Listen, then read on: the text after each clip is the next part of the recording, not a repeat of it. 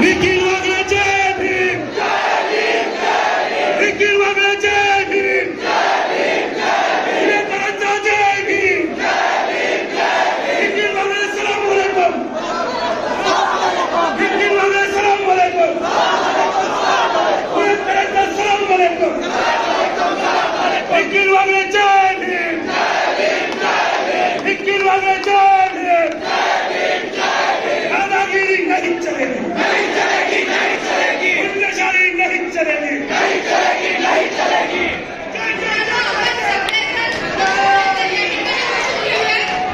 आपण सभा कंटिन्यू करतोय। कालपासून आपण सांगत होतो सभा तर होणार आहे आणि सभा सुरू आहे।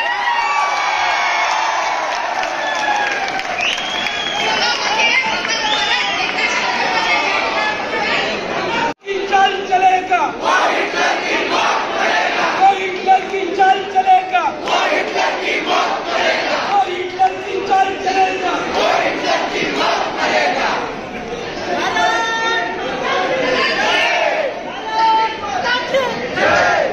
आपल्या नियोजनाप्रमाणे 1 मिनिट 20 आता हे बघा आपलं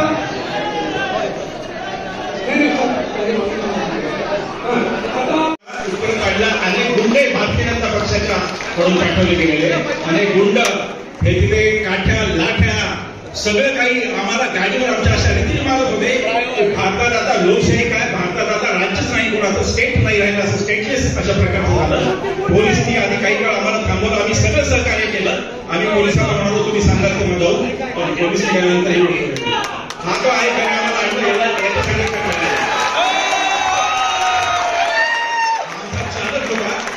चालक होता यांनी माझं नाव वैभव कोबळे आणि आश्रम समाजाच्या घरापासून स्कूटी गाडी घेऊन आलो। आश्रम समाजाच्या घरापासून बाकीच्या लोकांचा गाडीचा मला पाठवला होता। त्यांनी आमच्या गाडीवरती दगड मारले, गाडीच्या काचा फुटल्या, हंडी फोडली, शकली, पण आम्ही घाबरलो नाही। मला आमच्या शहराध्यक्ष कृष्ण जगतापांचं संरक्षण होतं।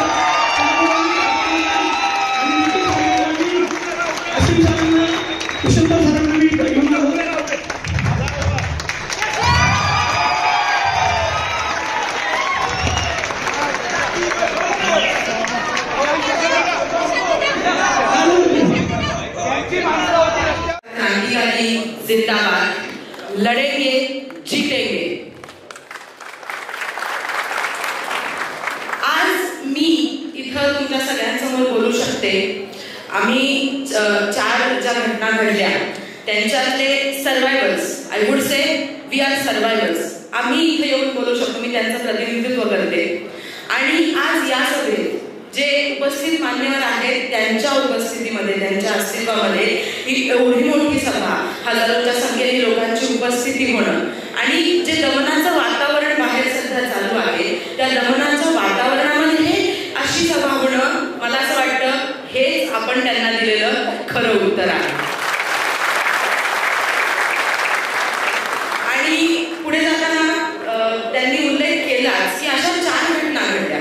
1 नोव्हेंबरला SFI वरती, 3 नोव्हेंबरला NSY वरती, 23 जानेवारीला FTIच्या स्टुडंट्स वरती आणि 2 फेब्रुवारीला ललित कला केंद्राच्या सामान्य विद्यार्थ्यांवरती हे हल्ले झाले। अशा 4 घटना घडल्या।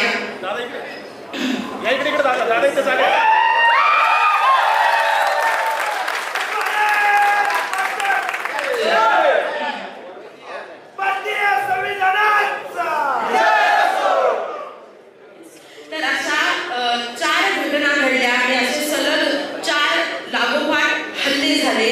आमच्या कॅम्पसेसच्या, आमच्या शैक्षणिक परिसराच्या आतमध्ये घुसून विद्यार्थ्यांवरती, विद्यार्थिनींवरती, दलित आदिवासी समुदायावरती हल्ले करण्यात आले, हिंसाचार करण्यात आला।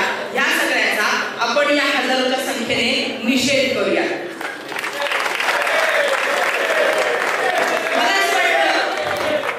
मला असं वाटतं हे ज्या वेळेला सातत्याने घडतं त्यावेळेला या गोष्टींबद्दल असंवेदनशील न होता यामध्ये नक्की काय कारण आहे हे आपण समजून घेतलं पाहिजे। आणि आम्हाला विद्यार्थी म्हणून काय वाटतं याचं मनोगत मी थोडक्यात आज इथे मांडणार आहे।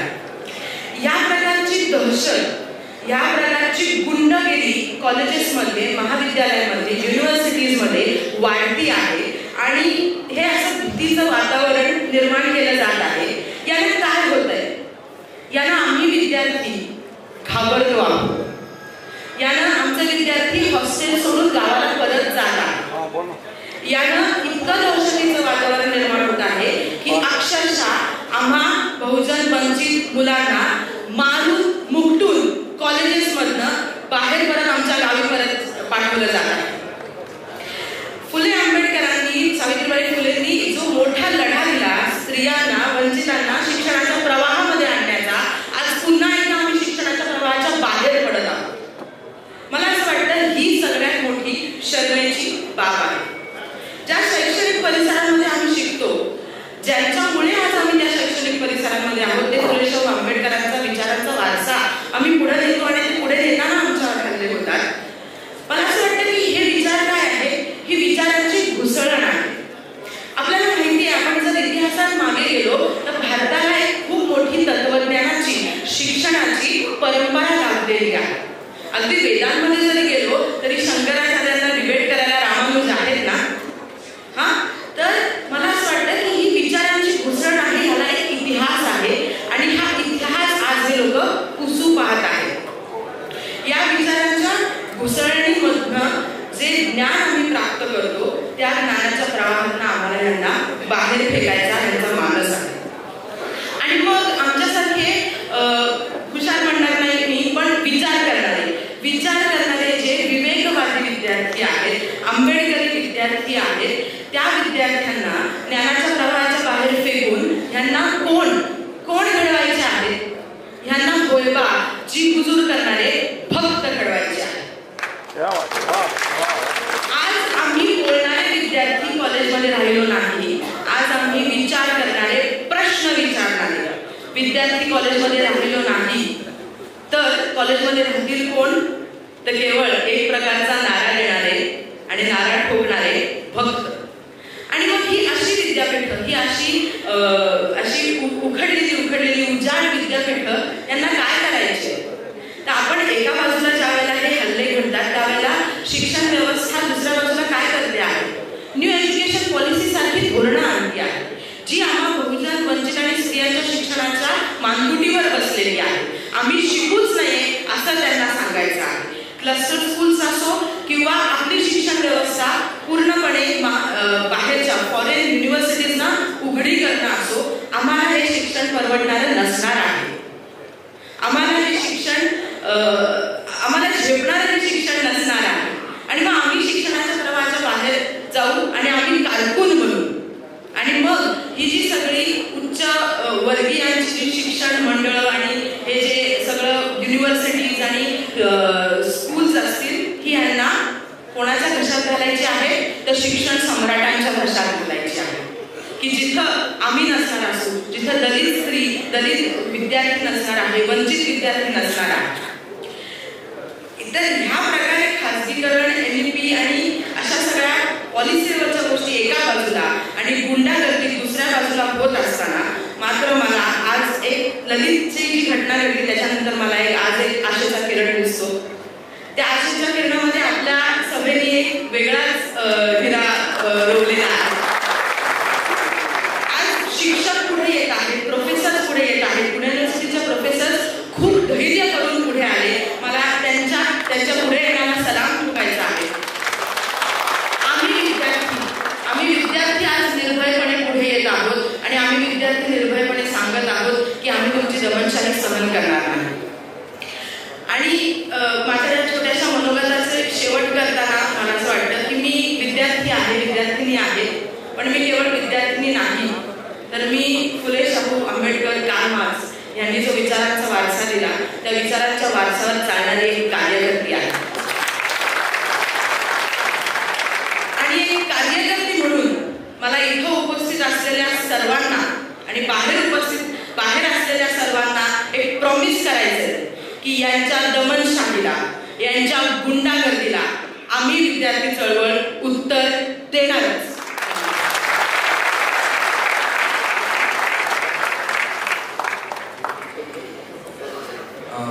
धन्यवाद कल्याणी. टेन्शन खूप जास्त आहे. आज मला समोर चळवळीतले तर बरेच मंडळी दिसत आहेत आणि त्यांचं तर मी त्यांचे आभार मानावे अशी तर मला आवश्यकता वाटत नाही, परंतु अनेक राजकीय पक्षांनी आज आपल्याला सपोर्ट दिलेला आहे आणि त्या सगळ्यांचे मला इथे आभार मानावे असं वाटतं. त्याच्यामध्ये काँग्रेस आहे, राष्ट्रवादी ओरिजिनल, शिवसेना ओरिजिनल,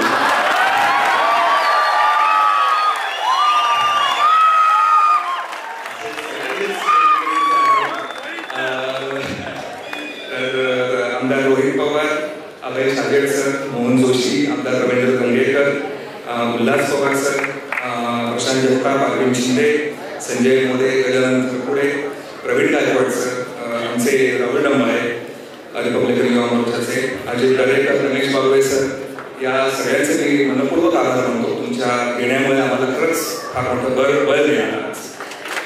यानंतर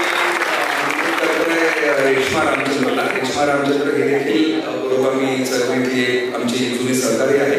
ती आधी अभिनय क्षेत्रामध्ये कार्यरत होती, सध्या ती वकिली क्षेत्रामध्ये आहे. तिचा थोडा वेगळा प्रवास असा घडलेला आहे, परंतु पुरोगामी विचारांची अतिशय खंदी कार्यकर्ते म्हणून ती लेखनातून कायमच आपल्यासमोर आलेली आहे.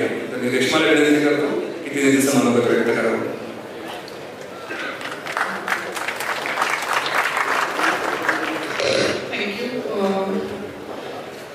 बाहेर मी मगाशी आले, मला जरा लेट झाला, ट्रॅफिक जाम खूप होता आणि खूपच गर्दी होती बाहेर सुद्धा. खूप तणावपूर्ण वातावरणात ही सभा सुरू झाली आणि आता मी ओळख करून दिली तशी की आधी मी कलेच्या क्षेत्रात होते, कलाकार होते आणि आता मी वकिली क्षेत्रात आले. तर मला कलाकार असल्यामुळे बाउंडेड स्क्रिप्ट आणि आता वकिली क्षेत्रात असल्यामुळे पिटिशन शिवाय बोलता येत नाही, म्हणून मी मुद्दे लिहून आणले. तर थोडंसं सांभाळून घ्या, कारण असं सातत्याने कुठे बोलण्याची किंवा व्याख्यानं देण्याची मला सवय नाही आहे. पहिल्यांदाच मी एवढ्या मोठ्या समुदायासमोर बोलते. त्याच्या आधी परिसंवाद असतील, कुठल्या नाटकाच्या समीक्षणाच्या निमित्ताने बोलले, पण हे थोडंसं वेगळं आहे आणि त्याचं निमित्तही वेगळं आहे. तर थोडंसं सांभाळून घ्या. अश्विनी खूप छान बोलली, एकदम झंझावाती भाषण होतं. तर तिच्यानंतर आपण काय बोलणार हे थोडंसं दडपण मला आलं, पण मग नंतर कल्याणी आली, ती पण छान बोलली. श्रावणी आली, ती पण छान बोलली. मग माझं थोडं प्रेशर कमी झालं, कारण ती विद्यार्थी आहे, लहान आहे माझ्यापेक्षा. ती एवढं छान बोलू शकते तर मी थोडंफार छान बोलू शकेन. तर निमित्त ललित कला केंद्रातल्या झालेल्या त्या हल्ल्याचं आहे आजच्या सभेचं. त्याचा सगळ्यात आधी निषेध तो यासाठी, कारण दुसऱ्या विद्यार्थी संघटनेतल्या विद्यार्थ्यांनी हल्ला करायचा आणि तोही मारामारी, खूप गंभीर दुखापती होती, इतका मार द्यायचा, हे काही बरोबर नाहीये. त्याचा निषेध झाला पाहिजे, हिंसेचा निषेध झाला पाहिजे. आणि हा हल्ला कुठलं तरी नाटक किंवा सभा उधळून लावायचे अशा स्वरूपाचा नव्हता. एका विद्यापीठातल्या डिपार्टमेंटच्या अभ्यासक्रमासाठी काही मुलं परीक्षेसाठी तयारी करत होती आणि तिथे जाऊन हा धुडगूस घातला. आणि अशा घटना आपण खूप बघितल्यात. म्हणजे अगदी JNU मधल्या हल्ल्यांपासून ते आता पुण्यात शिक्षकांनी वर्गात काहीतरी शिकवलं, त्याचा राग आला तर शिक्षकाला मारलं, किंवा शिक्षकाचा फेथ वेगळा आहे, श्रद्धा वेगळी आहे, वेगळ्या धर्माचा आहे आणि तो काहीतरी आता त्याच्या धर्माचा प्रचारच करणार आहे, ह्या नुसत्या संशयावरून त्याला मारहाण करायची. असे खूप आपण अशा घटना आणि विशेषतः या 10 वर्षात खूप बघितल्या आणि हे काही बरं चित्र नाहीये. म्हणून मग अशा वेळेला सगळ्यांनी एकत्र येऊन बोलणं मला फार महत्वाचं वाटतं. मत पटलं नाही म्हणून थेट हल्ला करणं हे योग्य नाही असं म्हणत असताना मग योग्य काय, कारण मतमतांतरं असू शकतात, मतभेद असू शकतात, ते कसे मांडायचे. तर आपल्याला सगळ्यांनाच माहिती नथुराम गोडसे नाटकाबद्दल. नथुरामाची भलावण करणारं एक नाटक शरद कुंक्षांनी केले, तर तेव्हा ते पटलं नाही म्हणून त्यांना धरून मारलं नाही. तर यदी फडकेंनी नथुरामायण नावाचं पुस्तक लिहिलं, ज्याच्यात त्या नाटकातल्या प्रत्येक तपशिलावरती त्यांनी उत्तर दिले, ते सगळे खोडून काढले, ते खोटे हे दाखवले आणि त्यावर नंतर समोरच्या बाजूनी कधीच कुठलंही आर्ग्युमेंट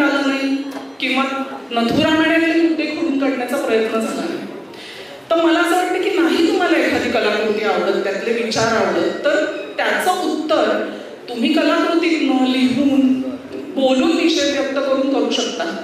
तसं करायला कोणाचीच ना नसते आणि ते संविधानिक मार्गाने सुद्धा असतं, पण आपण तसं करत नाही आणि तसं होऊ देतो. मला असं वाटतं विद्यापीठ प्रशासनाने नंतर ललित कला केंद्राने पत्रक काढलं, निवेदन जाहीर केलं की आम्ही निषेध करतो. त्यावेळेला लगेच भूमिका घेणं फार महत्वाचं असतं. पोलिसांनी सुद्धा तेव्हा चोर सोडून संन्याशाला फाशी दिल्यासारखं केलं. आता हे सगळं का होतं, म्हणजे त्याचा जर जरा थोडा आणखी विचार केला तर बेकायदेशीरपणे पक्ष फोडायचे, बेकायदेशीरपणे सत्ता स्थापन करायची, असं जेव्हा होतं तेव्हा त्यांच्या हाताखालच्या सगळ्या यंत्रणा तशाच वागतात, ती मूल्य तशीच झिरपत जातात आणि म्हणून हे असं करायला धजावतात सगळेजण. मग अशा वेळेला आपली नागरिक म्हणून किंवा विद्यार्थी म्हणून, विद्यार्थ्यांचे पालक म्हणून एक जबाबदारी असते. ती काय तर कायम म्हणजे आपण हिंदू मुसलमान या बायनरीमध्ये अडकतो, आपण त्यांना उत्तर देत बसतो. किंवा आजकाल आता असं झालं की मी किती चांगली हिंदू आहे किंवा तू कसा वाईट हिंदू आहेस, विच इज फाईन, किंवा मी कसं चांगला मुसलमान आहे हे प्रूव्ह करणं. ह्या सगळ्यामध्ये न अडकता म्हणजे स्पेशली तरुणाईसाठी आपल्यासाठी हे मुद्देच असले नाही पाहिजे. आपण कुणाच्या तरी फेकलेल्या अजेंड्यावरती प्रतिक्रियात्मक वागतोय सातत्याने, एखाद दुसऱ्या वेळेला ठीक आहे, पण आपण सतत तेच करतोय आणि तरुणाईची सगळी ऊर्जा ह्याच्यात वाया जाते असं मला पर्सनली खूप वाटतं. आणि मग आपले मग नेमके मुद्दे काय तर आता बेरोजगारीचा मुद्दा आहे, महागाईचा मुद्दा आहे, शिक्षण चांगल्या ठिकाणी स्वस्त दरात मिळावं. म्हणजे स्वस्त दरात मी असं म्हटलं की खरं तर शिक्षण फुकट मिळालं पाहिजे सगळ्यांना, पण खिशाला परवडेल असं तरी किमान मिळायला पाहिजे, चांगल्या आरोग्य सेवा मिळायला पाहिजे, इन्फ्रास्ट्रक्चर चांगलं मिळालं पाहिजे, रस्ते, पाणी हे इतके महत्वाचे रोजचे इश्यू आहेत. आपण सगळेजण ह्या सगळ्या गलथान कारभारात राहतोय की नाही, मग ह्याच्यावरती तरुणाई कधी बोलणार. राज्यकर्त्यांनी आपल्याकडे अजेंडा नसतो फेकायचा खेळण्यासाठी, आपण त्यांना अजेंडा द्यायचा असतो त्यांच्या प्रचारात असं मला वाटतं. म्हणजे आपण सवय लावली पाहिजे की त्यांनी नेमकी आता काय भूमिका घेतली पाहिजे, की लोक आता जागृत झाले, एकी आहे त्यांच्यामध्ये, आता धर्माचं राजकारण नाही चालणार. हे त्यांना जेव्हा लक्षात येईल तेव्हा कदाचित त्यांचा अजेंडा बदलेल. तर हे करण्याची आपली जबाबदारी आहेच ना. शेवटी लोकशाही आणि त्याच्यातून स्थापन झालेलं सरकार म्हणजे काय, कोणासाठी आहे, आपल्याचसाठी आहे. मग आपण याच्यात इतके उदासीन असून कसं काय चाललं. म्हणजे आता परवाचा जो हल्ला झाला, आपल्याकडे पण मोठी मोठी चांगली नावाजलेली विद्यापीठ आहेत, IIT, IIM, म्हणजे सांगायला असं सांगता येऊ शकतं की या वर्षात 100 IIT उघडले वगैरे, पण ते काही खरं नाही. पण जेन्युइनली खरंच IIT, IIMची स्थापना झाली. हे सगळं त्यावेळेला जे पॉलिसी मेकर्स होते त्यांच्यामुळे शक्य झालं. आपण तिथे शिक्षण घेतो, आताही अजूनही घेतो. परदेशात मात्र आंतरराष्ट्रीय ख्याती असलेले जे युनिव्हर्सिटीज आहेत, अगदीच उदाहरणादाखल बोलायचं तर ऑक्सफर्ड, कॅम्ब्रिज, सगळ्यांना तिथे जायचं असतं शिकायला. तिथे परदेशात, विकसित देशात स्पेशली, ते सगळेजण का विकसित आहेत किंवा तिथे तांत्रिक किंवा तंत्रज्ञानाच्या दृष्टीने, विज्ञानाच्या दृष्टीने ते प्रगत का आहे, ते फक्त शाळेत शिकून किंवा अभ्यास केला आणि मार्क मिळण्यापुरतं करून नाही चालत. त्यासाठी खूप मोकळेपणाने विचार करता येईल असं सुरक्षित वातावरण त्या युनिव्हर्सिटीजमध्ये पाहिजे. सर्जनशीलतेचा विकास होईल असं वातावरण पाहिजे. ते वातावरण तिथे असतं, म्हणून तिथे सायन्स टेक्नॉलॉजीमध्ये पण खूप प्रगती झालेली आपल्याला दिसते. आपल्याकडे तुलनेने कमी आहे आणि झाली तरी आपण पुन्हा तिथे जाऊन जॉब करतो. म्हणजे आपल्या त्या सगळ्या ज्ञानाचा, हुशारीचा फायदा आपण त्यांना देतो. मग तो आपण आपल्याकडे कधी घेतो. आपली विद्यापीठं विद्यार्थ्यांना मोकळेपणाने विचार करायला मिळेल असं वातावरण देणार आहेत की.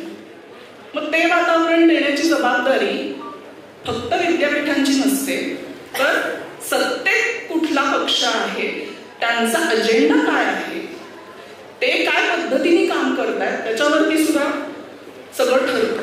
पालकांची आणि विद्यार्थ्यांची जबाबदारी तर खूप मोठी आहे. त्यांनी म्हणजे आपण पैसे भरतो, खूप मोठी फी भरतो, आपल्या मुलांना कॉलेजमध्ये पाठवतो आणि मग हे सगळं चालू देतो. मग आम्ही एवढी फी का भरतोय? आमच्या मुलांनी घाबरून कोणीतरी मारतंय म्हणून गप्प बसून फक्त सिलेबस पुरता अभ्यास करायचा याच्यासाठी आपण एवढी फी भरतोय का? सर्वांगीण विकास नकोय का व्हायला आपल्याला? किंवा पुढच्या पिढीचा सर्वांगीण विकास व्हायला नकोय का? म्हणून मला असं वाटतं की आपण सातत्याने याचा आग्रह धरला पाहिजे. म्हणजे हे प्रेशर राज्यकर्त्यांवरती येतं, राजकारण त्याच्याने बदलतं, ते आपल्या सुद्धा हातात, आणि म्हणून आपण जास्त जबाबदारीने वागलं पाहिजे असं मला वाटतं. बरं, एक या पर्वाच्या सगळ्या घटनेत एक सूर असा पण होता बरं का की आमच्या प्रतीकांवरती बोललेत ना, मग आम्ही रिॲक्शन देणारच. प्रतीकांवर बोलले म्हणून रिॲक्शन मारामारीची कशी काय असू शकते? म्हणजे वेगळ्या पद्धतीने, कारण तो विचार करण्याची क्षमता नाहीये विद्यार्थ्यांची. मग ते कुठल्याही विद्यार्थी संघटनेचे असो, त्यांना सुद्धा समजावलं पाहिजे, त्यांना सांगितलं पाहिजे की विचार करण्याची ही दिशा चुकीची आहे, त्यांना योग्य दिशेवर आणलं पाहिजे आणि हे सगळ्यांनी एकत्रपणे केलं पाहिजे. म्हणजे मारणारी मुलं सुद्धा विशितीशीतलीच होती, त्यांच्या हिंसेचं आपण समर्थन करतोय याची समाजाला लाज वाटायला पाहिजे. आपलं नैतिक अधपतन झालेलं आहे आणि आपण दुसरीकडे विश्वगुरू होण्याची स्वप्न बघतो किंवा झालं असं मानतो. हे कॉन्ट्राडिक्शन नाहीये का? याच्यावरती आपण विचार करणार आहोत की नाही हा मला प्रश्न पडतो. म्हणजे मी हे सगळं माझ्या मनातलं बोलतेय. मला असं वाटतं की हे मायक्रो लेवलला सगळ्या तरुणांनी आपल्या आईवडिलांना पण समजावलं पाहिजे. ते आपल्याबरोबर उभे राहू शकतात. झालं गेलं तर गेलं, जाऊ दे. इथून पुढे आपण काय करू शकतो? आपलं मत जे आहे, मतदानाच्या अधिकाराने मिळालेलं ते मत आपल्याला पोषक वातावरण देऊ शकणाऱ्या पक्षाला जातंय की नाही हे आपण तपासायला नको का? आणि मग असे कुठले पक्ष आहे हे आपल्याला थोडंसं डोकं चालवलं तर दिसतं. आणि मग त्याच्यात म्हणजे उगाच आपलं फॉरवर्ड झालंय, वाचलं, मत बनवलं, झालं असं कसं आहे? आपल्याकडे मेंदू आहे सगळ्यांकडे. दुसऱ्यांनी आपल्याला सांगायची गरज नाहीये, फक्त आपण तो वापरत नाही. आपण तो वापरायला सुरुवात केली पाहिजे, म्हणजे मग हळूहळू बदल होतील. थोडेसे मुद्दे बघते. हा एक मुद्दा मला आणखी सांगायचा होता की रामाला आत्ताचं एक पॉप्युलर थिअरी आहे, वनवासानंतर राम तंबूत होता मग आता त्याला देऊळ मिळालं. चांगली गोष्ट झाली, थँक्स टू मीडिया ऑल्सो, की तंबूत होता राम, मग रडू आलं अनेकांना, आता तो देवळात गेला. पण मला छान काय वाटतं, रामाला देऊळ मिळालं, राम कथेला देऊळ नाही मिळालं आणि ते कधी मिळूही नाही. म्हणून रामकथा ही खूप प्रवाही आहे. म्हणून त्याची 200 इंटरप्रिटेशन्स आहेत, 200 व्हर्जन्स आहेत. एकाच व्हर्जनवरती चिकटून आपण त्यालाच हे करून त्यालाच सर्वस्व मानायचं आणि तो भांडत. ही 200 व्हर्जन्स का झाली? ती कलाकाराच्या सर्जनशीलतेमुळेच झाली आणि ते वातावरण आपल्याकडे आहे आधीपासून, म्हणून झालंय. ते बंद नको करूया, तो संकोच नको करायला. ते आणखीन फ्लरिश झालं पाहिजे, वाढलं पाहिजे. पण आपण ते आणखीन आक्रसून जातोय असं मला वाटतं. ते होऊ नये ही सुद्धा आपली जबाबदारी. आणि म्हणून अशा प्रकारच्या सगळ्याच हल्ल्यांचा आपण कायम निषेध केला पाहिजे. तर माझे मुद्दे संपले. त्यामुळे तर हेच मला हे सगळं मनातलं हेच बोलायचं होतं की आपली जबाबदारी ओळखूया, हिंदू मुस्लिम बायनरीमधनं जरा बाहेर येऊया. ते मुद्दे खरंच महत्वाचे नाही आहेत. का महत्वाचे नाही आहेत? आता ह्या सगळ्या पॉलिसीजबद्दल मी जे म्हटलं की चांगली कॉलेजेस आपल्याकडे आहेत आधीपासून, सरकारी दवाखाने, राष्ट्रीय बँका असतील, तर हे सगळं आपल्याला चांगलं मिळालं. ते मिळालं त्याची नासधूस करण्यापेक्षा ते आणखी छान कसं होईल हे बघायला लावलं पाहिजे आपण राज्यकर्त्यांना. तर ते नासधूस करण्यात आपण काहीच बोलत नाही, तर तसं करून नाही चालणार आपल्याला. आणि दुसरं असं आणखीन आहे की आपण जर बोललो नाही ना, झापड लावून चालत राहिलो तर बदल कधीच होणार नाही. आणि जास्त मला म्हणजे आपल्या आईवडिलांच्या जनरेशनचं आता आपण सोडून देऊ, पण युथ आणि स्पेशली आता 20-30 जे लोक आहेत जे आत्ता वैचारिक जडणघडण होण्याच्या करू. पण आमच्या तालमीमध्ये आम्ही तुम्हाला 4 दिवस ठेवू. तर 4 दिवस आमच्या तालमीमध्ये राहायचंय का ऐकून शांतपणे बाहेर जायचंय स्वतःच्या पायावरती, हे तुमचं तुम्ही ठरवा. तर काही वेळामध्ये वागळे सर आणि इतर सगळेजण आपले सहकारी या सभेमध्ये पोहोचतील. त्याआधी या ठिकाणी कुमार बोलणार आहे. कुमार नागेची ओळख करून देते.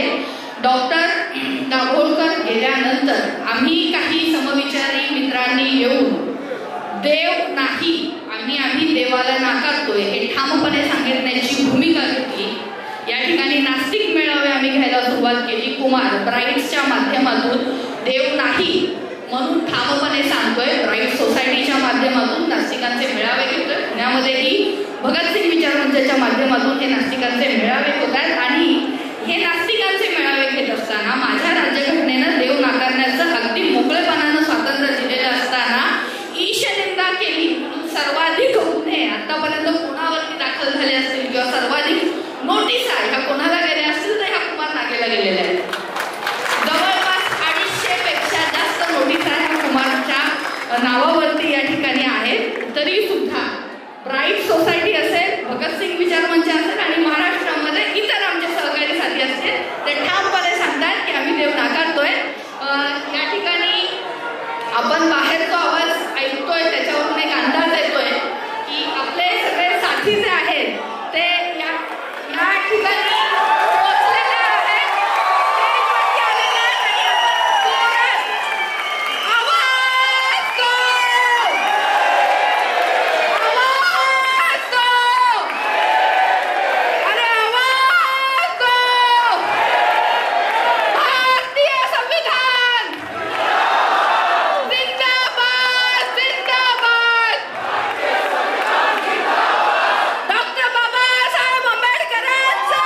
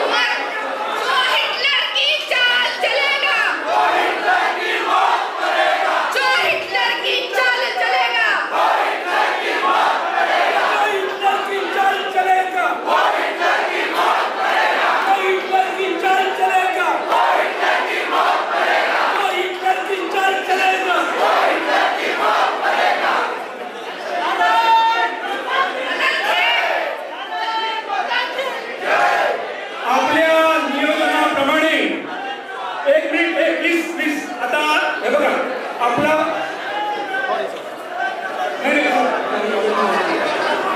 आता मी तुम्हाला 1-2 मिनिटं आहे सगळे प्लीज प्लीज प्लीज. आपल्याला ज्या महत्वाचं भाषण आता ऐकायचं आहे म्हणजे निव्वळ भाषण नव्हे तर गेल्या 15 मिनिटांमध्ये अर्ध्या तासामध्ये वागळेंचा जो प्रवास झाला आणि काही नतद्रष्ट लोकांनी ज्या पद्धतीने त्यांना त्रास दिला नाही त्यांच्या पदार्थ ऐकायचं आहे. मी तुम्हाला 1-2 मिनिटांमध्ये सांगतो या निर्भय मनोच्या कार्यक्रमातून या लोकांनी पूर्ण महाराष्ट्र उभा आडवा पिंजून काढला आणि त्याच्यामुळे काही लोकांनी पोटशूट दिलाय आणि या पोटशूटना आता त्यांच्यावरती हल्ला झालाय.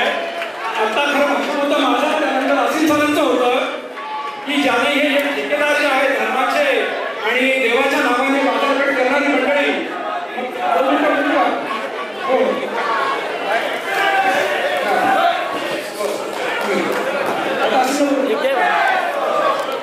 गाडीवर आणली गाडीची काचा फोडल्या पण आपल्या कार्यकर्त्यांना सगळ्या धन्यवाद सॅल्यूट टू यू. त्यांनी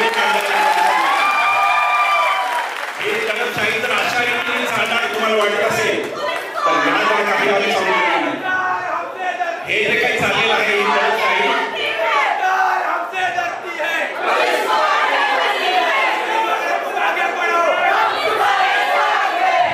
मला माहिती आहे की आपल्या सगळ्यांना वाघे सरांचं भाषण ऐकायचं आहे.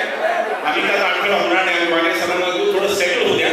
आमच्या कपड्यांमध्ये काचा गेल्या शूजमध्ये काचा गेल्या सगळीकडे आमच्या काचा गेल्या आणि अत्यंत परिस्थितीमध्ये या भीषण परिस्थितीमध्ये आमचा बंटी आणि त्याचा सहकारी चालक वैभव या दोघांनी आम्हाला इथपर्यंत आणलं. आमचा बंटी आहे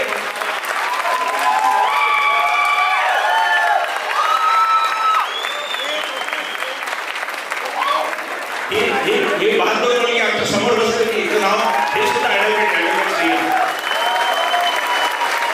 आणि तो आहे बंटी. तो ॲडव्होकेट आहे स्वतः बालकृष्ण मिडलकर असं नाव आहे.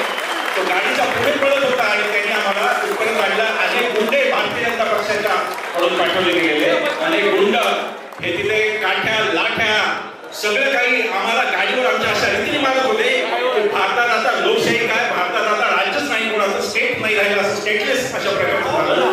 पोलिसांनी आधी काही काळ आम्हाला थांबवलं. आम्ही सगळं सहकार्य केलं आणि पोलिसांना म्हणालो तुम्ही सांगा तेव्हा जाऊ आणि पोलीस निघाल्यानंतर हा जो आहे त्यांनी आम्हाला आणलं याच्यासाठी आमचा चालक होता यांनी हॅलो माझं नाव वैभव कोंबडे. मी आसीम सरांच्या घरापासून स्विफ्ट गाडी घेऊन आलो. आसीम सरांच्या घरापासून त्यांच्या गाडीचा मार्ग पाठवला होता. त्यांनी आमच्या गाडीवरती दगड मारले गाडीच्या काचा फोडल्या अंडी फोडली शेतली पण आम्ही घाबरलो नाही. मला आमच्या शहराध्यक्ष श्री दत्ताबाईंचं संरक्षण होतं. असीम सरांना कुशंबर सरांना मी घेऊन टाकून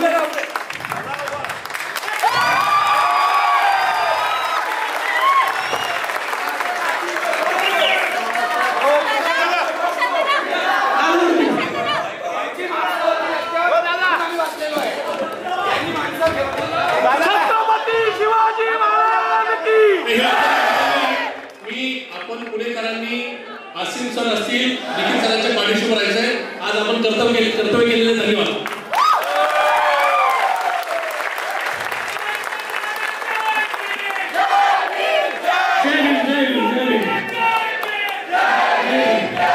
पुरोगामी विचार टिकवण्यासाठी आणि मोदी शाळा महाराष्ट्रातून देशातून घालवण्यासाठी आदरणीय पवारसाहेबांच्या विचारांनी चालणारा त्यांचा कार्यकर्ता आहे. माझ्या मागे माझे मोठे बंधू प्रशांत दत्ताबाईंचा हात आहे. माझा पाठिंबा त्याच्यामुळे मी कोणाला घाबरणार नाही. इथून पुढे किती संकट आली तरी आता फक्त 3 भाषणं करावीत अशी माझी संयोजकांना विनंती आहे. आधी आसीम सरोदे बोलतील त्याच्यानंतर वैद्य सर समारोप करतील अध्यक्ष आणि त्याच्यानंतर शेवटचं भाषण निखिल वागळे.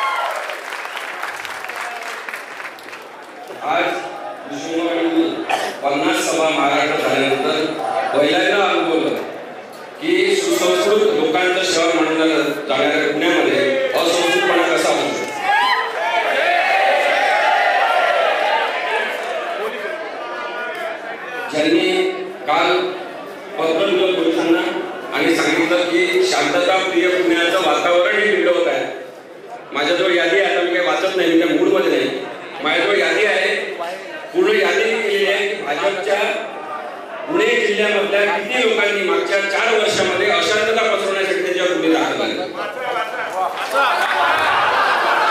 आता तो वेळ आहे तुम्हाला सांगतो, पण हे चुकीचं आहे. भाजप सारख्या राजकीय पक्षाचं गुंडागर्दीकरण झालेलं आहे आणि गुंडागिरीशिवाय हिंसेशिवाय हा पक्ष वाढू शकला नाही हे आम्ही आधीपासून सांगतोय. ज्यांचे केवळ 2 खासदार होते त्यांनी पुढच्या काही वर्षामध्ये जी प्रगती केलेली आहे ती हिंसेच्याच आधारावर केली. हिंसा हा यांचा मूलभूत गुणधर्म आहे आणि निर्भय बनवणी चळवळ याच्यासाठी आहे की नागरिकांनी नागरिक म्हणून विचार करणं शिकलं पाहिजे. आम्ही हे सातत्याने सांगत आलेलो आहे की मोदी शहा यांच्याशी आम्हाला काही घेणं देणं नाही, खरंच घेणं देणं नाही. मोदी शहा या प्रवृत्ती विरुद्ध, ही आज गाडी फोडणाऱ्या प्रवृत्ती विरुद्ध आमचं आंदोलन. जी दहशत या 10 मिनिटांमध्ये आम्ही अनुभवली, 20 मिनिटांमध्ये डेक्कनच्या तिथे पहिले त्यांनी गाडी अडवली, आमच्या सगळ्या गाडीवर हमला केला, गाडीवर चढले लोक, अंडे फेकले, शाई फेकली आणि त्याच्यानंतर पुढच्या ठिकाणी पूर्ण अडवून त्यांनी काचा फोडल्या गाडीच्या. आम्हाला जीवे मारण्याचा हा जो प्रकार त्यांनी केलेला आहे, माझं पोलिसांना आव्हान आहे की आता तुम्ही गुन्हा नोंदवून दाखवा. गुन्हा नोंदवून दाखवा भाजपच्या भाडोत्री गुंडांवर, नाहीतर मान्य करा की पोलीस सुद्धा भाजपचा आहे. माझा आक्षेप आहे डेक्कन पोलीस चौकीच्या पीआयवर, माझा आक्षेप आहे चतुशृंगी पोलीसच्या पीआय पांढरेवर की जे भाजपची भूमिका घेऊन त्या पोलीस स्टेशनमध्ये बसले.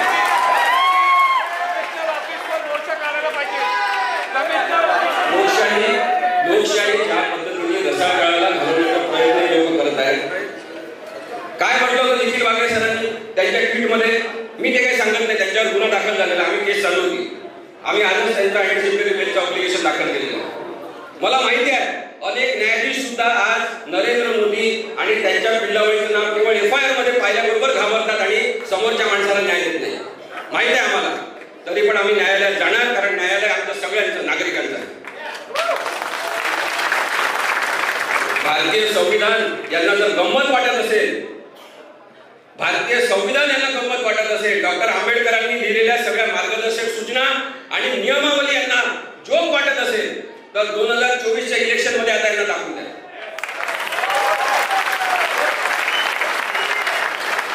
आम्ही हे पण सांगतोय की आम्हाला काँग्रेस मुक्त भारत ही घोषणा हिंसक वाटते, आम्हाला नको आहे.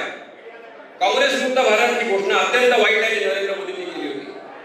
काँग्रेस मुक्त भारत ही घोषणा करताना त्यांचा उद्देशच आहे की विरोधी पक्ष मुक्त संसद यांना पाहिजे, विरोधी आवाज यांना नको आहे. आमचं म्हणणं आहे की इथे राष्ट्रवादी काँग्रेस ओरिजिनल असलं पाहिजे, शिवसेना पक्ष ओरिजिनल असलं पाहिजे, इथे काँग्रेस सुद्धा असलं पाहिजे, इथे भाजप सुद्धा असलं पाहिजे. आम्ही त्याच्यासाठी पण मांडतो. प्रत्येक राजकीय पक्षाला भारतीय संविधानामध्ये स्थान आहे. बाबासाहेब आंबेडकरांनी सांगितलेलं आहे की प्रत्येकाला आपलं राजकीय मत स्वातंत्र्य आहे, पक्ष काढण्याचं स्वातंत्र्य, प्रचार करण्याचं स्वातंत्र्य आहे. मग लोकशाहीचा आवाज तुम्ही काय दाबता हा प्रश्न आहे. ज्या 20 मिनिटांमध्ये आम्ही जी मरणाची दहशत अनुभवलेली आहे, आज आम्ही तर पुण्यात राहतो, विश्वभरात आमच्या जीवाला आज धोका आहे, हे सगळ्यांनी जगजाहीर पद्धतीने रस्त्यावर पाहिलेलं आहे.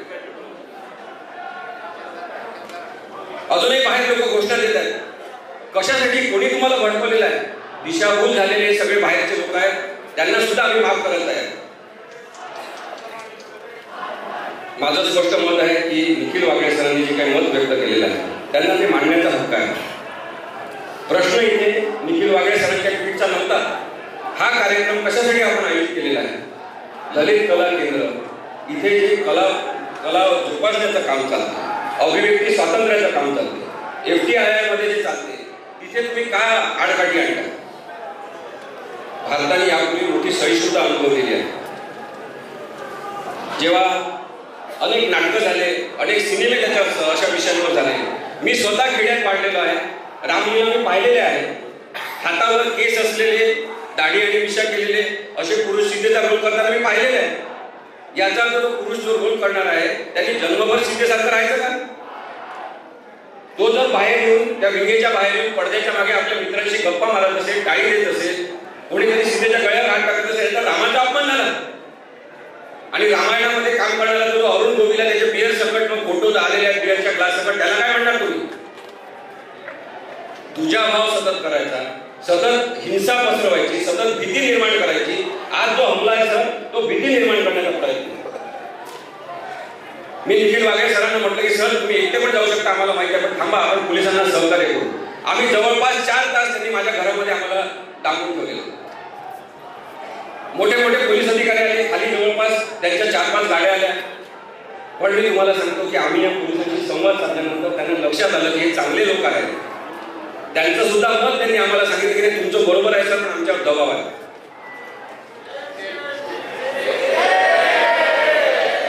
4 तास आम्ही यांना सहकार्य केलं.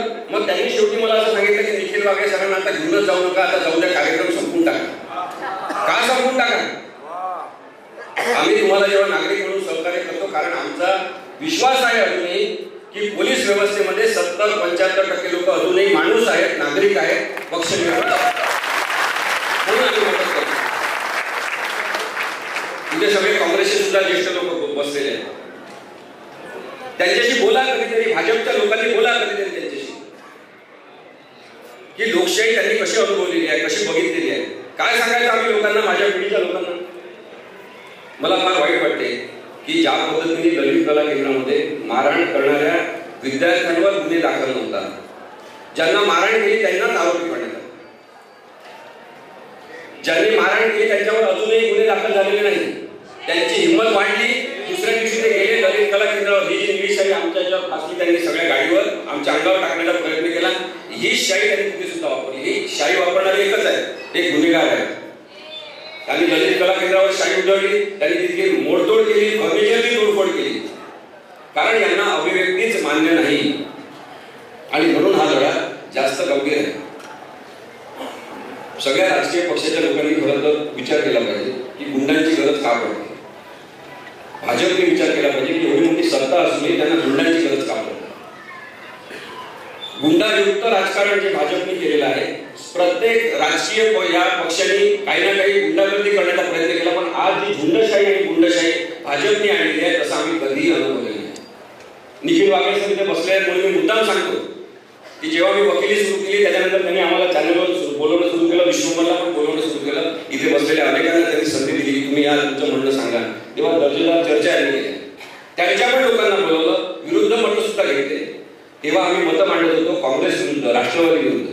इथे बसलेले आहेत अभय साठे सर आहेत, रमेश बागवे सर आहेत, दादा आहेत, दंगेकर साहेब आहेत. कोणालाही तुम्ही विचारा, मी अत्यंत तिखट शब्दात, अत्यंत टोकदार शब्दात राष्ट्रवादी काँग्रेस यांच्या सगळ्या धोरणांबद्दल आम्ही टीका करत आलेलो आहे. पण यांनी कधी आम्हाला धमकी दिली, यांनी कधी आम्हाला म्हटलं नाही की घरातून बाहेर करून टाका. प्रश्न हा आहे की त्यांना लोकशाही कळते आणि भाजपच्या लोकांना लोकशाही कळतच नाही. रामावर बोलायचं नाही, ठीक आहे, रामाचं नाव आम्ही घेणार नाही, पण राम आमच्या श्वासात असेल तर आम्ही काय करायचं. मी विनोबा भावेंना पाळतो, विनोबा भावेंना फॉलो करतो. तुम्ही वाचा सगळेजण, श्वासासोबत राम म्हणायचं आणि श्वास सोडताना हरी म्हणायचं हे तत्व विनोबा भावेंनी दिलं. राम हरी, आम्ही म्हणणार राम हरी. तुमचा राम असा हिंसक असेल तर तो नथुरामचा राम तुमच्या जवळ ठेवा.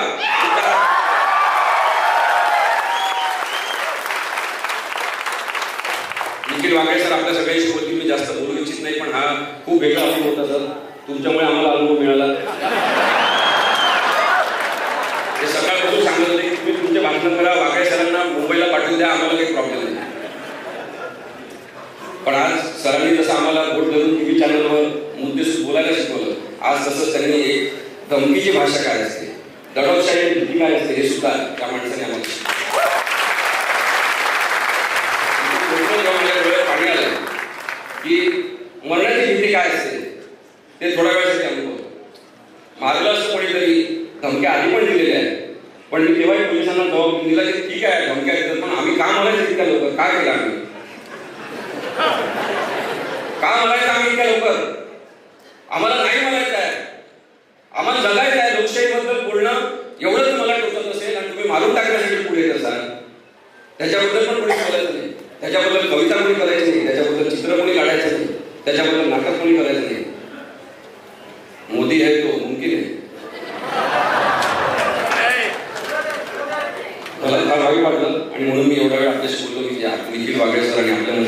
राहत नाही, पण मी विश्वंभर आणि आम्ही सांगू इच्छितो की आम्ही अहिंसक मार्गाने, लोकशाही पद्धतीने, शांततामय मार्गाने आमचं म्हणणं मांडत राहणार. महाराष्ट्रामध्ये या पूर्ण महिन्याभराचे कार्यक्रम ठरलेले आहेत.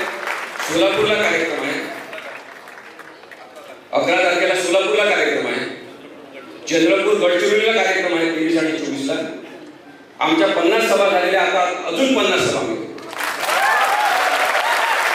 लोकशाहीबद्दल जाहीरपणे बोलण्याचं शतक आम्ही करू. महाराष्ट्र धर्म आपला आहे की भाजपला 2024 मध्ये महाराष्ट्रातून तरी हाकलून लावायचं. विस्फूट आलेली आहे भाजपवर. तिथे पाहत होतो दीपक मानकर साहेबांचा मुलगा, दीपक मानकरचा मुलगा पण गाडीवर चढला होता. मला आश्चर्य वाटलं रे, काँग्रेसच्या संस्कृतीमध्ये वाढलेला आहे. एवढे गुंड प्रवृत्ती आम्ही दीपक मानकर साहेबांना भेटणार की सांभाळा, तुमच्या मुलाला जर मोठा नेता करायचा असेल तर या धुंदीतून बाहेर काढा. शांततामय मार्गाने, अहिंसक मार्गाने आपलं म्हणणं सांगितलं जाऊ शकते. ज्या कोणाला भाजपच्या लोकांना सुद्धा चर्चा करायची असेल, आता इकडे एवढ्या गर्दीमध्ये ते लोक काही जण बसलेले आहेत, हे ऐकत आहेत, आता ते बोलणार नाही.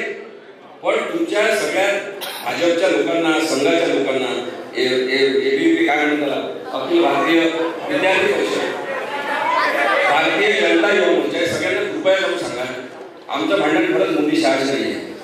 त्यांनी घरी जाऊन बसावं, आम्ही त्याच्याबद्दल काय बोलू. पण तुम्ही आज जो दाबण्याचा प्रयत्न केलेला आहे, आम्ही आता अजून जास्त उसळी विश्वंभरला हात लावायचा प्रयत्न केला, कारण तो एकटा सभेला गेला होता. त्याच्यानंतर आम्ही तिघांनी सभा घेतली आणि पूर्ण सिन्नर शहर तिथे भेटलो.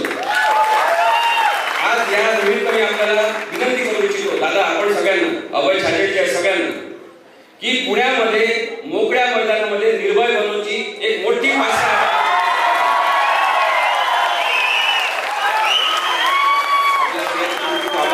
आपल्या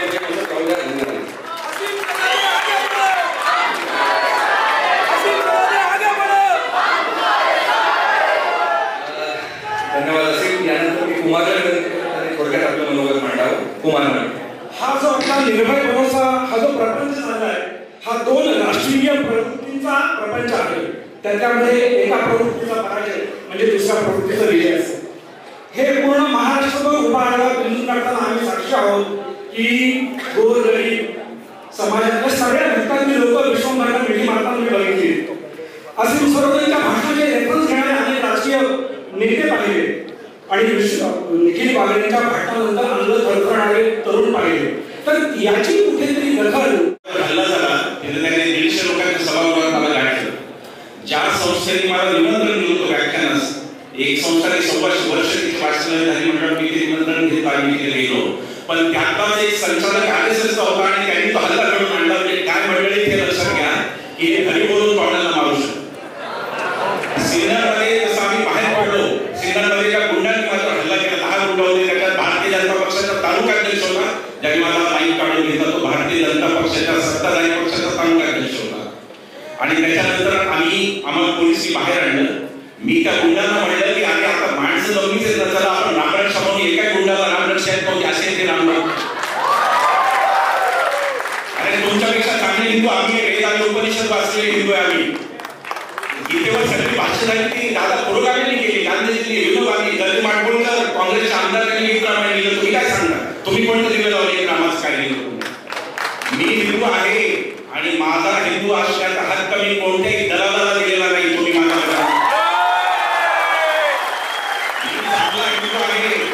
चांगला हिंदू आहे आणि माझा देव आणि माझा धर्म याच्यामध्ये मला मध्यस्थांची आणि दलालांची गरज नाही. तुमचा धर्म मथुरानाचा आहे, आमचा धर्म रामाचा आहे. पण सांगायचा उद्देश असा की सिन्नरनंतर लोक भेटले. मला चहा पोलीस सोडवायला आले सिन्नरच्या बाहेरपर्यंत. चहा घेताना तिथल्या कार्यकर्ते, तिथे दत्ता वायसळे नावाचे कार्यकर्ते जे माझ्यासमोर तुम्हाला उभे दिसतात, तिथल्या सगळ्या रिपब्लिकन आंबेडकरी कार्यकर्त्यांनी ठरवलं की आता विश्वंभर चौधरीची मोठी सभा होणार आणि ती झाली. सगळ्या पक्षांनी काँग्रेस, राष्ट्रवादी ओरिजिनल, शिवसेना ओरिजिनल, वंचित बहुजन आघाडी, रिपब्लिकन पक्ष, तिथे आठवले साहेबांच्या गटात आपल्याला पाठिंबा होता. कारण ते आठवले साहेबांना म्हणले तुम्ही तुमची सत्ता पहा, इथे विश्वंभर भाऊ संविधानाच्या बाजूने बोलतात. आपल्याला आता हेच करायचं आहे. आपल्याला पुण्यातही मोठी सभा घ्यायची आहे, आपली शक्ती पुण्यात दाखवून द्यायची आहे. गाड्यावर हल्ले करायला होते ते कुठे दिसणार पण नाही इतक्या संख्येने असते किरकोळ, एवढी आपल्याला त्यांना शक्ती दाखवायची आहे. तुम्ही जर सगळ्यांनी मदत केली आज इथे जे आले त्याची मला वाटतं ही सभा होणार, मोठी सभा होणार. निर्भय मनोच्या 50च्या वर सभा झाल्या. आता आम्ही 11ला सोलापूरला, त्यानंतर चंद्रपूर, गडचिरोली आम्ही सोडणार नाही. आणि विधानसभेच्या वेळेला सगळे 288 मतदारसंघात आम्ही जाणार. आणि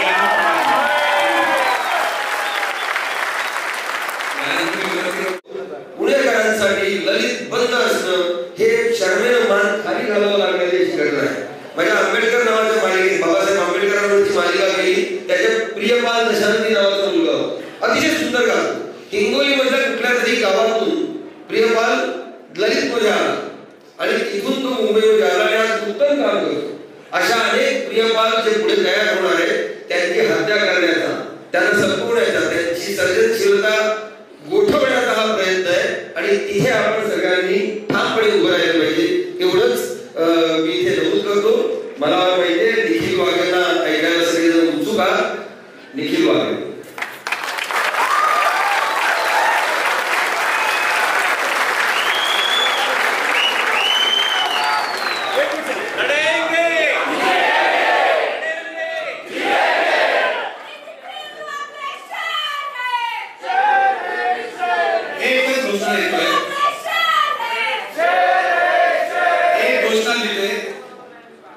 मी म्हणेन हर जोर जुल के टक्कर में,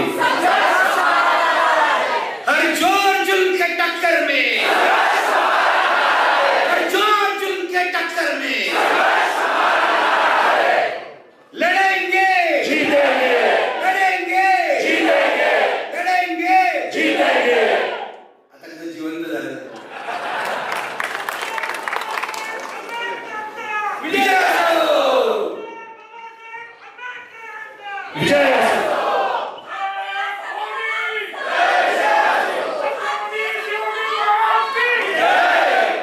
सगळे आपलेच आहेत. शिवाजी महाराजांपासून ते बाबासाहेबांपर्यंत, शाहू महाराज पुढे सगळी आपली परंपरा आहे. सगळी आपली परंपरा आहे. संतांची परंपरा सगळी आपली परंपरा आहे जी आज खेचून घेण्याचा प्रयत्न चाललेला आहे. मी तुम्हाला आज इथे सांगतोय, मी आमच्यावर जेव्हा हल्ला होत होता, खरं तर आता मी नॉर्मल झालोय घोषणांमुळे, नाहीतर तोपर्यंत धक्क्यात होतो. ज्या क्षणाला हल्ला होत होता, ज्या क्षणाला गाडीच्या तासात फुटत होत्या, मागची तास होती जेव्हा असीमने माझ्या डोक्यावर हात ठेवला, त्यानंतर मी भूमी गेली श्रुती, इथं श्रेया, ती तर फ्रंट सीटला बसली होती, तिला मी मागे डोकं तिथं खाली केलं म्हणून आमची डोकी वाचली. आणि जोपर्यंत आमची डोकी वाचते तोपर्यंत तुमचं काय खरं नाही. हल्ले करा.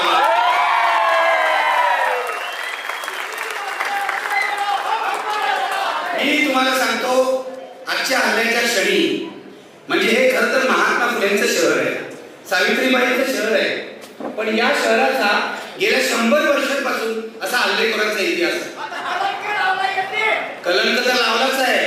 तुम्हाला सांगतो 1942 साली या शहरामध्ये आचार्य अत्र्यांची सभा उधळण्याचा प्रयत्न संघाने केला होता, हे लक्षात घ्या. आणि आपला ज्याला रामाची भक्ती करतात म्हणतात त्याचा नथुराम कुठल्या शहरातला आहे? तो या शहरातला आहे. माझं म्हणणं इतकंच आहे, या हल्लेखोरांना आचार्य अत्रे असं म्हणाले होते, आम्हाला मारणारे मेले, आम्ही जिवंत आहोत. मी एवढंच म्हणतो, त्याच्यात थोडा फरक करू, कारण मी अहिंसावादी माणूस आहे. आम्हाला मारणारे जिवंत राहोत आणि आम्ही जिवंत राहोत. ते मेले असं मी म्हणणार नाही, ते मरो मी करणार नाही, तेही जिवंत राहोत. आणि मी आज तुम्हाला सांगतो, या सर्व हल्लेखोरांना डॉक्टर बाबासाहेब आंबेडकरांचं नाव घेऊन मी इथे सांगतो, मी माफ केलंय. हा माझा वारसा आहे. तुम्ही मला मारायला आलात, महात्मा फुलेंना मारायला आले होते रामोशी, तुम्हाला माहिती आहे. त्यांनी त्यांचं मनपरिवर्तन केलं आणि ते शेवट त्यांचं काम करायला लागले. मला जर ही संधी मिळाली ना, तर या भाजपवाल्यांचं पण परिवर्तन करून टाकलं. तो माझा मार्ग आहे. असं काय करता? हा 7वा अंधश्रद्धा म्हणा, श्रद्धा म्हणा, काय म्हणा, 1979 साली माझा पहिला हल्ला झाला, नितीनला माहिती आहे. तेव्हाही माझ्या गाडीची मागचीच काच फोडली होती. मागच्या काचेचं काय आकर्षण आहे मला मागून हल्ला मागून देखड लोकांचा 7 हल्ले झाले. 7 हल्ले, 6 हल्ल्यातून मी वाचलो. आज 7व्या हल्ल्यातून सुद्धा असे वाचलो. मी जेव्हा हल्ला होत होता तेव्हा या दोघांना काय सांगत होतो विचारा. टेन्शन आलं होतं सगळ्यांना. समोरून माणसं गाडीवर उड्या मारतायत, लाठ्यानी मारतायत, काठ्या मारतायत, पोलीस मध्ये पडतायत, पोलिसांना ऐकत नाहीये. कुठच्याही क्षणी आम्ही आज मरू शकत होतो. मी तुम्हाला सांगतो, मरण डोळ्यासमोर होतं अगदी. त्या वैभवमुळे आपण वाचलेलो आहे. वैभव ड्रायव्हर त्यांची गाडी मारली. प्रशांत दादा इथे बसलेले आहेत. त्यांचा एक मोठा गट तिथे उभा होता सिंगल जवळ. त्यांनी भाजपवाल्यांना थेट अंगावर घेतलं.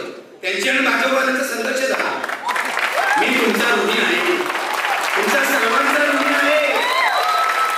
याचं कारण तुम्ही मला आज जिवंत ठेवलंय.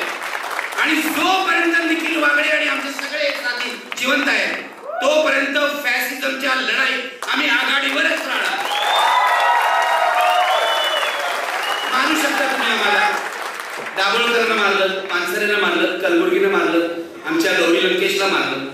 तुम्ही कधीही आम्हाला मारू शकता, कारण आम्ही निहत्ते लोक आहोत. आमच्या हातात काही नाही. आमचं हत्यार हे प्रेम आहे. तुम्ही कधी आमचा जीव घेऊ शकता, पण माझ्या मनात एक विश्वास आहे. त्याचं लॉजिक मला कृपया विचारू नका, नाही तर त्यावरही वाद करा. माझ्या मनात एक विश्वास आहे पहिल्यापासून 7 हल्ले सहन केल्यावर, की जो सत्याच्या मार्गावर चालतो त्याला एकतर फुले आंबेडकर किंवा महात्मा गांधी कोणीतरी वाचवत असले. हा माझा विश्वास आहे. नितीन, तू मला अंधश्रद्धा म्हण, काही म्हण, पण हा माझी श्रद्धा आहे. आपण सत्याचं काम करतो. आपल्याला हे लोक मारू शकत नाही. आपल्याला जखमी करतील. आता ती लोक फुटणार काका गेल्या सगळ्या केसामध्ये आणि अन्नामध्ये, पण जगलो. जिवंत राहिलो. आणि जोपर्यंत आम्ही जिवंत आहोत तोपर्यंत तुमच्याशी संघर्ष करणार. या भारताचा हिंदू पाकिस्तान होऊ देणार नाही.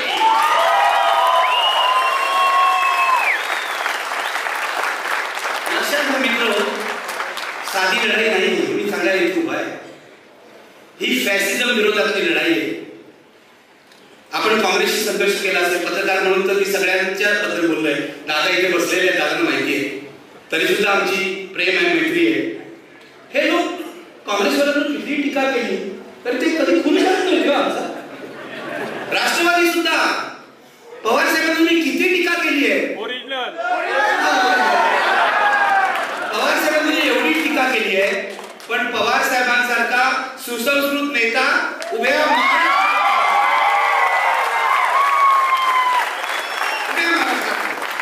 त्यांची संस्कृती यांची संस्कृती बघा.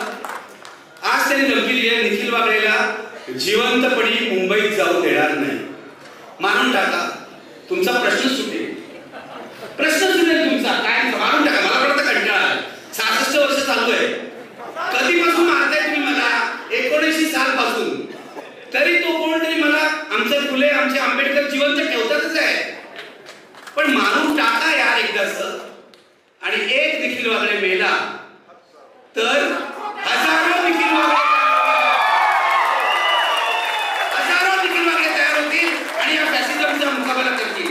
हा हिटलरचा फॅसिझम आहे, लक्षात घ्या. ही साधी सुधी लढाई नाही, ही निवडणुकीची लढाई नाही.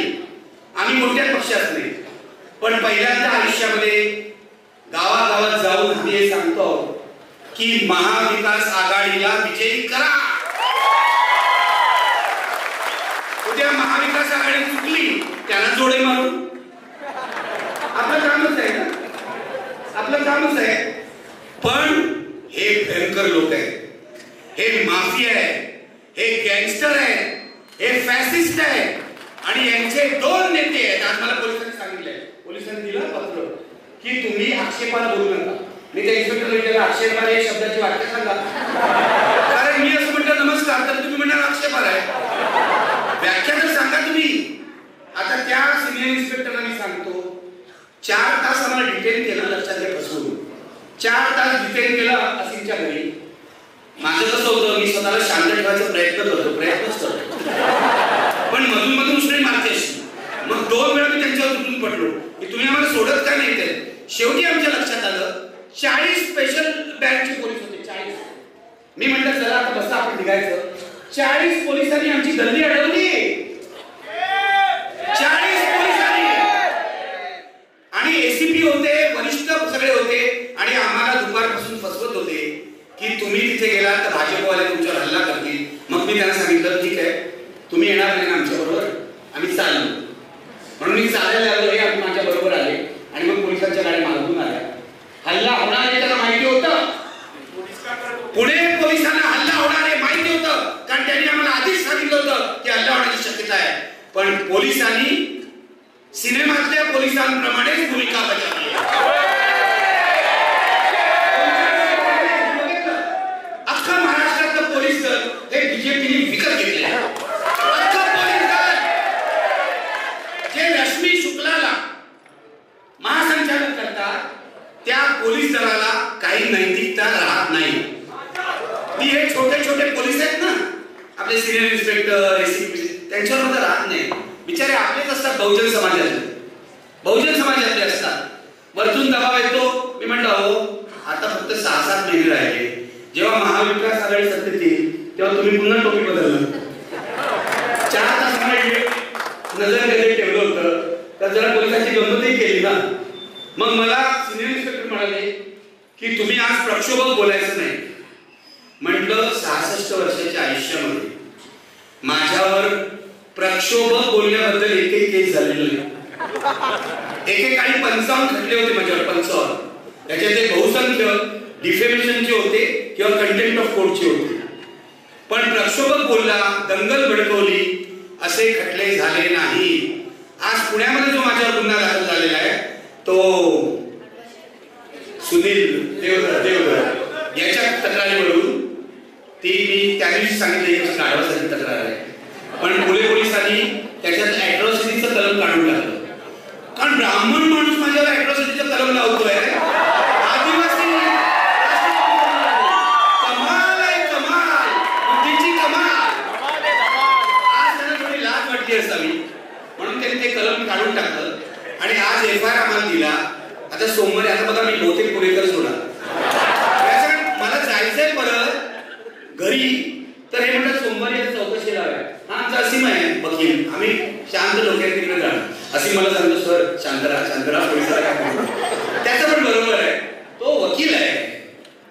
पण पुणे पोलीस आजच्या हल्ल्याला कोण जबाबदार असेल तर पुणे पोलीस आहे असा माझा स्पष्ट आरोप आहे. त्याला माहिती होतं तरी भाजपवाल्याला त्यांनी स्कोप दिला.